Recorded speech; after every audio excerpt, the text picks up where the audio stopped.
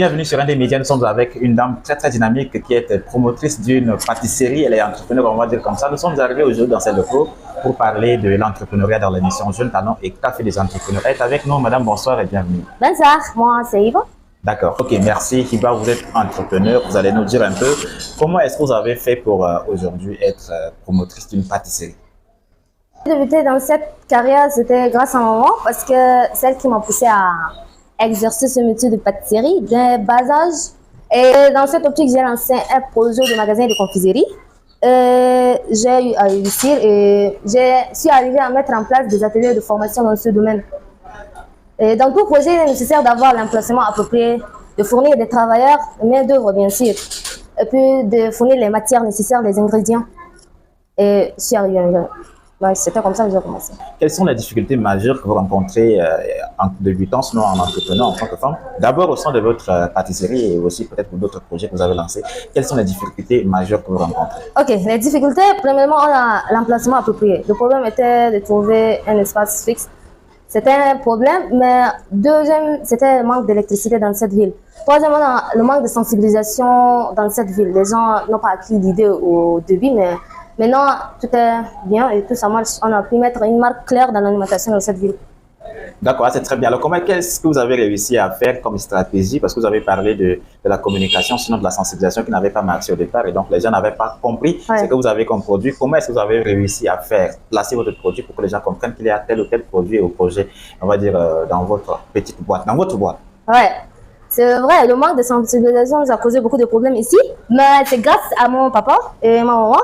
C'était des gens très dynamiques. Quand on invitait des amis qui venaient ici, et les choses se transmettent de bouche à oreille. De bouche à l'oreille. Ouais, les gens sont tellement impressionnés de venir voir l'impression de bien sûr. Donc les gens peu à peu viennent, on a écouté tel, vous présentez tel, on peut voir, on peut goûter, oui, vous pouvez goûter. Et finalement, les gens ont acquis l'idée et ils ont vu que c'était quelque chose de tellement intéressant à venir voir et manger. Vous pouvez nous raconter un peu votre quotidien d'une femme, on va dire d'une dame très dynamique de pâtissière. Comment est-ce que vous débutez votre journée? Est-ce que vous pouvez nous raconter un peu telle heure vous faites ça jusqu'à finir votre... Les gens tapent à la porte, même s'ils ne sont pas sur les gens quelle sont heure, déjà... Quelle heure, on va dire? À un truc de 7h, 6h, les gens sont déjà dehors. On veut manger, on veut manger. On dirait que c'est les enfants qui crient. Très tôt, on commence. Bien sûr, il y a une équipe par-dedans, une équipe qui s'occupe de la four, une équipe qui s'occupe dehors. Et moi, je suis obligée de me déplacer à tout temps, aller dedans, revenir, venir voir les clients. Bien sûr, on ne peut pas laisser tout le travail aux employés parce qu'eux-mêmes, ils ne savent pas c'est quoi. Donc, moi, je suis obligée de me déplacer à tout temps, de voir ce qui se marche. Et voilà, on arrive à satisfaire leurs besoins. C'est difficile. Alors, vous avez parlé des employés autres. Est-ce qu'on peut connaître un peu l'effectif, sinon le nombre total de ceux qui, vos collaborateurs, on va dire comme ça, ceux qui vous donnent un peu de main dans votre projet? Oui, on est 8. Avec moi, ça fait 9. On est 8, on travaille ensemble. Mais chez moi, il n'y a pas de distinction. Je le prends comme les gens tellement au sérieux parce que quand quelqu'un te tend la main à t'aider, c'est vraiment quelque chose à prendre au sérieux. Donc, c'est vraiment des gens qui m'aident. Et j'ai mes deux grands qui sont avec moi, bien sûr, c'est des gens très dynamiques, c'est des gens qui m'aident. C'est grâce à eux que j'arrive à faire tout. Et si ils n'étaient pas là, je n'allais pas arriver ici. D'accord, merci beaucoup pour cet image. On va dire également un hommage très vivant envers les membres de votre famille, notamment vos grands frères, qui vous ont donné un coup de main très efficace. Ce sont ces coups de main qui vous permettent de continuer dans votre projet. D'accord, alors, est-ce que vous rêvez continuer sur d'autres projets ou continuer par agrandir? Si oui, est-ce que vous pouvez nous retracer un peu ce que vous avez en tête? Ok, c'est que j'avais en tête, je voulais garder comme surprise, mais quand vous demandez, je vais vous donner juste une petite. Ok, pour moi, ce n'est pas juste arrêter ici dans la pâtisserie. Je voulais que ça entièrement me connaisse. Oui, parce que moi, je ne suis pas quelqu'un, donc les gens ne me connaissent pas beaucoup. Mais pour moi, j'ai beaucoup de projets à réaliser. J'ai envie de détenir d'autres entreprises dans plusieurs parties, dans plusieurs pays aussi. Et j'ai envie de devenir en même temps businesswoman. C'est ce qui m'intéresse. Et voilà, si vraiment vous avez des parents qui vous aident comme moi, je vous assure que vous allez arriver à faire quelque chose. Moi, j'ai des parents, j'ai des frères, des sœurs qui m'aident tellement, qui sont derrière moi, qui me soutiennent. Même dans mes échecs, ils sont avec moi, même dans les réussites, ils sont avec moi. Et c'est tellement important d'avoir des gens comme ça derrière vous. Et c'est grâce à eux, j'arrive à faire tout et J'aurais d'autres projets à faire aussi. Waouh, ça c'est très intéressant dans ce que vous dites. Avoir des membres de la famille, nous sommes dans un contexte africain où c'est difficile d'avoir une personne qui vous soutient. Parce que je me rappelle d'une personne qui a dit en Afrique, si tu veux lancer un projet et que tu en parles à 9 personnes, c'est évidemment 10 personnes qui disent non, ne lance pas. Donc vous vous êtes retrouvés, on va dire Dieu merci, dans une famille qui vous soutient avec toute énergie, toute motivation possible. Merci. Dites-moi un peu, est-ce que c'est facile d'être entrepreneur, surtout étant femme, on va dire aussi fille, est-ce que c'est facile? Ok, ça serait difficile si c'est au Tchad, mais si c'est ailleurs, ce n'est pas difficile. Parce que ailleurs, les gens connaissent que la femme est un élément essentiel de la vie. Elle n'est pas faite juste pour donner la vie, mais c'est quelque chose à prendre au sérieux. Une femme, elle peut gérer tout. Ce que la femme supporte, l'homme ne peut pas supporter. Elle supporte un enfant 9 mois dans son ventre sans dire que non, moi je suis fatiguée de ça, non. Mais je vous dis, au Tchad, c'était difficile. Au début, les gens me disaient Claire, toi, tu es petite encore et puis tu es une fille. Comment tu peux sortir dehors et travailler? En tant que ton parent est là, ton père est là, tes grands sont là. Comment ils peuvent te laisser sortir toi en tant que fille? Vraiment, c'est difficile. Ici, c'est au Tchad. Les gens n'ont pas acquis l'idée comment une fille travaille jusqu'à la nuit. Non, c'était pas difficile. Mais finalement, les gens ont compris que c'est pas tous les hommes qui ont la même manière de réfléchir. Moi, j'ai un père dynamique, un père qui me comprend. Et d'ailleurs, c'est lui qui m'a poussée à être indépendante. Donc, je dis, si vous avez un père comme lui, vous allez réussir dans votre vie.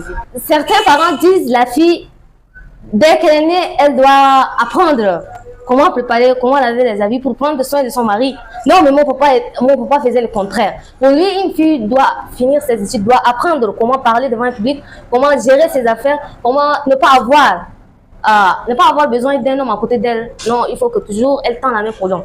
Pour lui, c'était la fille doit être indépendante avant tout. Même le mariage, selon lui, n'est pas important. À un temps où tu n'es pas indépendante, tu n'as pas arrivé à faire quelque chose toi-même. Tu dois réaliser quelque chose. Pour lui, les filles sont pour réaliser quelque chose avant d'être dans un foyer. Et elle doit prendre un homme qui est vraiment capable de l'aider dans ses... 30 secondes pour dire merci à votre papa d'une manière ou d'une autre. C'est parti. Ok, tout ce que je peux dire à mon papa, c'est vraiment merci d'avoir été avec moi et de m'aider à être indépendante. Et sans oublier ma maman, parce que c'est quelqu'un qui est une femme très charismatique. C'est une femme à prendre tous ses conseils au sérieux et travailler avec. Et c'est grâce à ses conseils, elle et mon papa, aujourd'hui, je suis arrivée à détenir une entreprise de transformation. Je vous remercie. Je vous aime. Dites-moi un peu, qu'est-ce qu'on peut trouver chez vous à manger, par exemple, que ce soit des gâteaux, d'autres menus? C'est beaucoup. Je ne sais pas si c'était quelques-uns pour vous. Alors, au début, il y a le waffle, alors, croissant, je sais pas, vous connaissez ça. Il y a beaucoup. Visitez-moi, vous allez savoir ça. D'accord, nous avons différents gâteaux, que ce soit les gâteaux de mariage, les gâteaux de consommation quotidienne, que ce soit aussi, on va dire, les gâteaux de divorce, que ce soit les gâteaux d'anniversaire, différents gâteaux. Nous avons également plein de choses, plein de menus que vous pouvez visiter la pâtisserie et être surpris de tout ce que ces personnes-là disposent, on va dire aussi, mettre à la disposition de la population de ça. Nous invitons également par cette occasion tout le monde à passer visiter cette pâtisserie. Dites-moi un peu, qu'est-ce que vous pouvez dire comme conseil à l'encontre en faveur de ces personnes qui veulent entreprendre, surtout les femmes, qu'est-ce que vous avez à leur dire? Pour moi, entreprendre n'est pas seulement commencer directement avec... Il faut de l'argent avant de commencer, non. On peut commencer avec 0 francs et finalement réussir, compter des milliards après. Pour moi, vous parlez de l'entrepreneuriat à 0 francs, est-ce que vous pouvez nous donner un exemple? Parce que c'est tout un concept très compliqué. Il y a des gens qui disent qu'il est impossible d'entreprendre à 0 francs. Il y a une autre équipe également qui dit qu'elle est possible. Alors, je vous entends parler de la possibilité d'entreprendre à 0 francs. Dites-nous, est-ce que c'est possible? Si oui, comment? Je prends l'exemple de mon papa parce que c'est quelqu'un qui a commencé avec 0 francs. 0 francs, oui. Oui, il a commencé avec 0 francs et machallah, aujourd'hui, il est un grand homme. Tout le monde le connaît dans cette ville. Bien sûr, il y a certains qui le connaissent, mais moi, je ne le connais pas. L'entrepreneur n'est pas obligé d'être avec l'argent, mais on peut entreprendre avec 0 francs et arriver. Mais il faut connaître comment savoir utiliser son intelligence et dans quel lieu. Est-ce que vous pouvez nous donner un exemple pratique de l'entrepreneuriat à 0 francs? Je prends mon papa, je vous ai dit au clair, parce que c'est quelqu'un qui a commencé l'entrepreneuriat à 0 francs. Comment est-ce qu'il a commencé concrètement? Est-ce qu'il a commencé par, on va dire, comment? Dites-nous concrètement, comment est-ce qu'il a commencé? Il a commencé juste avec des petits marchés dans les campagnes reculées. Il a pris sans argent ou alors? Oui, sans argent. Il a pris sans argent. Comment est-ce qu'il a réussi à prendre des marchandises sans argent? C'était quelqu'un tellement lui donner confiance parce que son père, c'est quelqu'un qui est connu. Et c'est grâce à eux, les gens lui donnent confiance dans tout ce qu'il fait. Et finalement, quand tu trouves quelqu'un qui est vraiment sérieux, quelqu'un qui veut vraiment faire quelque chose, en le voyant, tu vas savoir ça. Et c'était l'exemple de mon papa. Et il a entrepris avec 0 francs et c'était dans les campagnes reculées, les villages. Et aujourd'hui, il a réussi. Il est un grand homme, c'est tout le monde qui le connaît. Il est qui? D'accord, donc si je vous comprends, ça veut dire que grâce à la confiance qu'on a placée en lui, on a donné des produits sur les différents articles Ouais. qu'il a revendus avant de payer peut-être après Après, et profiter des différents bénéfices qu'il ouais. en trouve. Alors je crois que c'est très possible. Sur cette base, on peut conclure qu'entreprendre à 0 francs, il est très facile. Est-ce qu'il y a d'autres avantages pour une femme qui entreprend? Ok, il y a beaucoup d'avantages, c'est selon moi. Mais je ne sais pas selon les autres. Une femme qui est en train d'entreprendre, c'est tellement nécessaire. Pour moi, elle laisse une marque très claire qui pousse les autres femmes à dire non aux hommes qui disent les femmes n'ont droit à rien. Ça, c'est le premier avantage. Deuxième, ça donne l'honneur à ces filles qu'ils pensent d'aimer à faire quelque chose et devenir comme leur maman. Et pour moi, une dame, elle doit faire tout. Elle n'est pas faite juste pour donner la vie. Pour moi, une femme qui entreprend, c'est une femme très dynamique. C'est une femme qui a le courage en elle. Parce que quand tu es au début, tu commences, premièrement, tu trouves les parents du mari disent non. Il faut dire à ta femme qu'elle repart là où elle doit être, à la cuisine. Mais quand ton mari, il est derrière toi, la famille dit, ok, c'est ta femme qui te dirige à faire ça, c'est elle qui te donne les ordres et les blabla commencent. Voilà, les gens commencent à se chamailler, ils disent non, il a laissé sa femme. Voilà. Après, les gens prennent l'exemple de cette femme, les autres femmes disent oui, on veut sortir pour que le monde vous voit. Vraiment, c'est difficile pour une femme quand elle commence à entreprendre.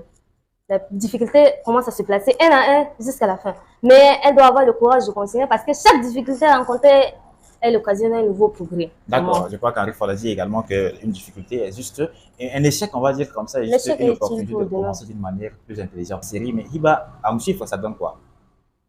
En chiffres? Ouais, en quel sens? de fortune. En chiffres, ça donne beaucoup. Combien de chiffres? Est-ce qu'on peut parler de 7 chiffres? Ça veut dire que tu es millionnaire au moins. Ah non. Et le problème, moi, si c'est au Tchad, je n'arrive pas à investir l'argent. Parce que... Si vous dites que vous n'investissez pas au Tchad, où est-ce que vous investissez concrètement? Ailleurs. Ailleurs? Oui, dans le commerce. Et vous voyez, ici, il est difficile au Tchad d'investir. Quand vous voyez le changement du gouvernement qui s'est fait à tout temps, et on ne sait jamais ce qui va arriver. Si le Tchad était un pays vraiment développé, comme on le dit, je n'allais pas investir l'argent ailleurs. J'allais investir l'argent ici, au Tchad. Alors, qu'est-ce qu'il faut pour que vous puissiez investir au Tchad? Parce que nous avons besoin également de vos investissements ici sur place pour donner également de la main-d'œuvre et créer davantage d'emplois et vous investir ailleurs. Qu'est-ce qu'il vous faut? Qu'est-ce qui manque pour que nous puissions voir vos investissements également sur place? C'est pas moi celle qui investit l'argent aujourd'hui ailleurs. Il y a les Tchadiens qui investissent eux-mêmes l'argent parce qu'ils voient ici, on n'a pas confiance au Tchad. D'accord. Alors, jusqu'à quand est-ce que vous allez commencer par investir au Tchad? Qu'est-ce que vous attendez avant d'investir au Tchad? Avant d'investir, ce que j'attends du Tchad, c'est vraiment, il faut prendre la marche en avant. Oublier le passé, oui, on a toujours un passé difficile, mais il faut qu'on oublie le passé pour progresser. Donc, si le Tchad aujourd'hui offre des emplois pour les jeunes, non, les diplômés sans emploi pour moi, je peux dire, ok, ça peut aider, donc je peux investir ici. Mais si jusqu'à là, les diplômés sans emploi, ils sont là en train de, sont là en chômage, moi, si je les vois, ça ne me donne pas envie d'investir l'argent ici. Je préfère investir ça ailleurs pour aider les autres qui ont envie de travailler. Pour un diplômé sans emploi, pour lui, c'est finir et directement avoir un travail. Pour lui, il n'est pas obligé de faire les petits travaux comme le commerce. Pour lui, il dit, non, non, moi avec mon diplôme, non, je ne peux pas travailler. Ou être un cordonnier, non, ça fait honte avec mes papiers. Mais le papier, ça sert à quoi? Tu es obligé de les mettre dedans et prendre la main. Oh, dit, oncle, tu peux me donner telle somme d'argent, je vais reprendre ça. Et finalement, tu deviens esclave de tes besoins. Esclave de ses besoins, je crois que c'est très important cette partie. Vous dites-nous aussi, c'est qu'est-ce que vous dites aux filles qui ne font presque rien, mais qui attendent juste, voilà, qui se livrent à certaines pratiques, au final, on n'a aucune considération pour elles, mais qui continuent. Qu'est-ce que vous avez à dire en 2-3 mots à ces filles-là qui ne font presque rien de leur vie et qui attendent justement quelque chose juste de leurs parents ou de leurs petits amis juste pour leurs petits besoins? Pour moi, les filles qui font ces pratiques, parce qu'ils n'ont pas eu quelqu'un à les soutenir. Si tu as une maman, elle-même, elle a besoin que son mari le soutienne d'abord. Avant de faire quelque chose, c'est difficile à la fille de réussir. Parce qu'elle laisse la fille à la merci de la nature. Donc la fille, elle est obligée de pratiquer certaines choses pour avoir ce qu'elle veut. Pour satisfaire ses besoins. Et si j'étais à la place de cette fille, si vraiment je veux réussir dans ma vie, je peux commencer avec les petites choses. Ça ne vaut à rien de partir pratiquer les blabla qu'elle fait ça là, et pour avoir quelque chose à la fin. Pour moi, il ne faut pas juste dire que non, j'attends la chance avant de commencer. Pour moi, je vois que la chance n'existe pas. La chance n'existe pas. Merci. Jusqu'à là, nous sommes avec Hiba, qui est promotrice d'une pâtisserie dans la ville de Serres. Elle fait beaucoup de choses, notamment des gâteaux. Dites-nous, est-ce qu'on peut vous trouver? pour acheter ne serait-ce que des gâteaux et autres, on va profiter également pour connaître votre localisation géographique. Localisation géographique, c'est en face du terrain, n'est-ce pas, la rue qui mène vers Farou Farou. D'accord. Merci beaucoup. Dites-nous, on va vous poser la dernière question avant d'entendre votre mot de fin. Dites-nous, où est la place, on va dire, du mariage dans votre... Où est-ce qu'une femme entrepreneur n'est pas censée se marier? Elle va se marier, bien sûr, mais il faut réaliser ce qu'elle a dans la tête. Parce que dès bas âge, elle a fixé un objectif de faire. Donc, elle est censée se marier, mais... Mais à quel type d'homme? À quel type d'homme est-ce à un type d'homme, un homme d'affaires. Pour moi, c'est marier à un homme d'affaires. Parce qu'une femme d'affaires, elle veut juste un homme d'affaires à côté d'elle pour qu'il la comprenne. Parce que quand on est à deux, lui parle de l'argent, de tel projet, et moi aussi je parle de tel projet, de tel argent, et ça peut nous avantager. Ça veut dire que vous déconseillez les femmes d'affaires à se marier à des hommes qui ne sont pas des affaires, mais des hommes dans les affaires, voilà, des hommes qui sont juste on va dire, des employés. Est-ce que c'est ce que ça veut dire? Non, même un homme qui est employé, bien sûr, il travaille. Pourquoi pas les gens ne travaillent pas chez moi, mais moi je travaille chez les autres. C'est qu'il a cet esprit, et c'est qu'il a un projet, mais c'est qu'il manque juste le financement. Le financement, peut-être le temps aussi qu'il a. Mais s'il était vraiment un homme, certains hommes qui disent non, moi j'attends le financement. Mais il a honte de prendre le financement chez sa femme. Parce que pour lui, la femme. Il y en a qui ont aussi peur de commencer, qui ont honte de commencer également petit et grandir avec le temps. Ils passent tout leur temps en train d'attendre, demander, prendre des dettes par-ci par-là. Merci pour vous et merci de répondre à nos questions. Dites-nous, est-ce que vous avez un mot de fin? Okay. Pour moi, une femme doit entreprendre dès bas âge. Dès bas âge. Et surtout, si elle a des parents qui la soutiennent dès bas âge et qui l'orientent à faire des nouveaux projets, à fixer un projet, pour moi, une fille ne doit pas attendre, dire non, j'attends que mon père fait ça, non, j'attends que ma maman fait ça pour faire, ou bien j'attends ça de mon petit ami. Pour moi, il faut commencer, même si c'est à 0 francs, il faut commencer. Ou bien même on peut commencer avec les petits commerces qui peuvent donner un truc de 2500, c'est 2500, demain ça serait 5000. Si vraiment tu as envie de réaliser quelque chose, il faut commencer parce que le voyage d'un million commence toujours par un simple pas. D'accord. Le voyage de 1000 pas commence toujours par les premiers pas. Merci, mesdames et messieurs. Nous sommes avec une sorte, effectivement, sur un des médias en train de suivre l'émission Jeunes Talents avec Désiré Nouvarson Péchu, bien sûr. Nous avons reçu aujourd'hui une dame très, très dynamique avec qui nous parlons de ses parcours. Elle est promotrice d'une pâtisserie de la ville de Sarre. Si vous avez envie de toucher, de goûter à ces différents gâteaux très délicieux, d'ailleurs, trouvez-la en face du terrain municipal de la ville de Sarre. Elle a différents menus, vous pouvez consulter et toucher, ça va être impressionnant pour vous. D'ici là, portez-vous bien et quant à moi, je vous souhaite de passer une excellente soirée en compagnie de notre programme. Merci.